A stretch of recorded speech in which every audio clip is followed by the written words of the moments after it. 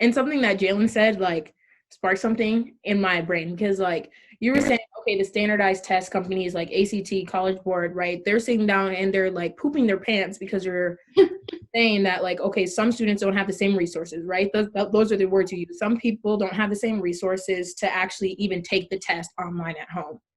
But they weren't saying, so if there's kids who don't have the resource to simply take the test online, what about those students? You didn't think there were students who didn't have the resources to, like, be on an even playing field with other students, even, like, study for the actual test? Even study for it, to even attack the content of the test, right? Like, it's all about, okay, I don't know if they can take it, but it's just kind of like you're still having every single student take the same test, and you're only acknowledging, like, the lack of resources when it comes to taking that bogus test, not when it comes to the content in the actual test itself, which is just like, you know, they're taking one step further by even just, like, addressing the discrepancies between, like, how much people have access to here, and like, these people don't have access to as much technology and stuff like that. But at the same time, it's like there's still a lot of steps that need to be taken, because at the end of the day, they're still trying to figure out a way for all students to take the same test, and, like, that in itself is still going to be wrong at the end of the day. I think to move forward with their education system, it's going to take some time. But if they really truly want to do what's best for the students, we'll erase all that standardized stuff and stop comparing students as if they're two identical looking things, or two things that's capable of the exact same thing. Or, I mean, how do I say that? Everyone is capable of something, but it doesn't have to be the same thing. So why are we all going through the same training process when we all have different interests? So until we, like, look at that and truly absorb, like, that's what true learning and education is, we're just going to stay in the same cycle. But I guess it's just one step forward every day. And for us, it's like, it's the education system right now, but the education system turns into the job force and the working world, and the working world works in the same schedule as the school world does. And so it's like, our problem now isn't going to be, is school a 9-to-5 thing, but it's like, wait, our jobs are going to be 9-to-5 things. And so COVID's good because it doesn't just expose the education system or the workforce, it exposes everybody and everything. And so it's literally showing us all the problems in the system that we're going to be entering into, and the problems we just came out of, and it's good seeing it. Because it's also like showing that. Oh, sorry. Go ahead. I was just going to say quickly that it's just showing that we do need real progress here, instead of just talking about it all the time, putting action to it, because it can be done. It's going to be hard because there's been so many things put in place to keep these systems so dominant, I guess. But once we actually find the time to peel back the layers and unravel, then we'll get to some real progress. Mm-hmm. Okay, I think that's a good place to end off that question. Oh, yeah? Kind of got a little off the topic, but it doesn't matter. Okay, so question 3.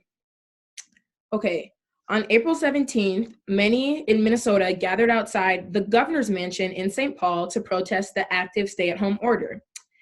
This also occurred in many other states on the same day. What are your views on the current stay-at-home order, and why? Personally, I think the stay-at-home order is necessary. Basically, from the simple fact we're talking about people's lives here. You know, the governor doesn't want to see the economy in Minnesota suffer as bad as it is right now, but it's necessary, right? Because when you start talking about the majority of Minnesotans are probably coming across this disease at least once in the next 2 years, and how many people with compromised immune systems, such as my father and my own family, right, who are at risk of potentially dying from this disease, you could see why, the stay-at-home order is as strict as it is. And as far as people protesting on the governor's lawn, is just blasphemic from that sense, because it's ultimately coming from a selfish standpoint. And it doesn't help that we don't have leadership in the White House that echoes that message, right? And it's just so frustrating that we have to live through this and see this, especially in someone like my perspective or my stance, right, where this could directly affect my family. Yeah, personally, I don't see the stay-at-home order as very strict or anything, because I see people can still go out. If you want to leave your house right now, you can still go out. We still live in a in a country that respects our rights as a person. So they give us the liberty to be able to protest now, but it just shows how selfish we are, because it's like they're giving us that freedom, but are just saying don't go out, don't gather, don't do this, but they're not forcing us. Like China's putting, bubble wrap around people's doors so they do not leave their houses actually, and we still have the freedom to be able to do that. And so I think people protesting the stay-at-home order is just showing that how selfish you are, because nobody is saying you can't go out. You can still go do things. You just shouldn't be in groups.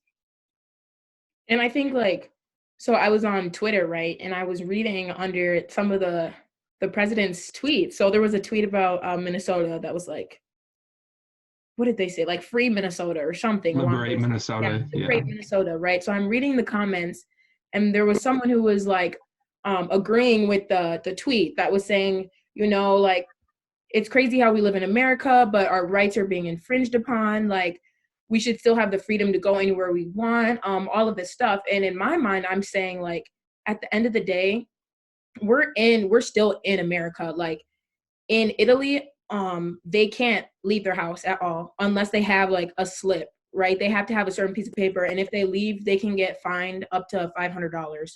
So we don't even have those type of restrictions on us here right now. We can still go exercise outside, walk our pets. We can still see people as long as we social distance and don't gather in groups, right? We can still really do whatever we want. It's just that, you can't go to the gym, or you can't go to the movie theater, or you can't go to the mall. And for some reason, people because we're so selfish and we really don't realize how much we already have, people are like super distraught over those things. Whereas some people don't have a movie theater to go to. Some people don't have a mall to go to. Some people don't have a gym to go to. They work out in their house. Like, now that they're taking away things that are privileges, they're not even rights. They're literally privileges that we've had. People don't know how to act. When at the end of the day, it's like you're looking at those things like they're rights when they're actually privileges, and not everyone has those same privileges as you.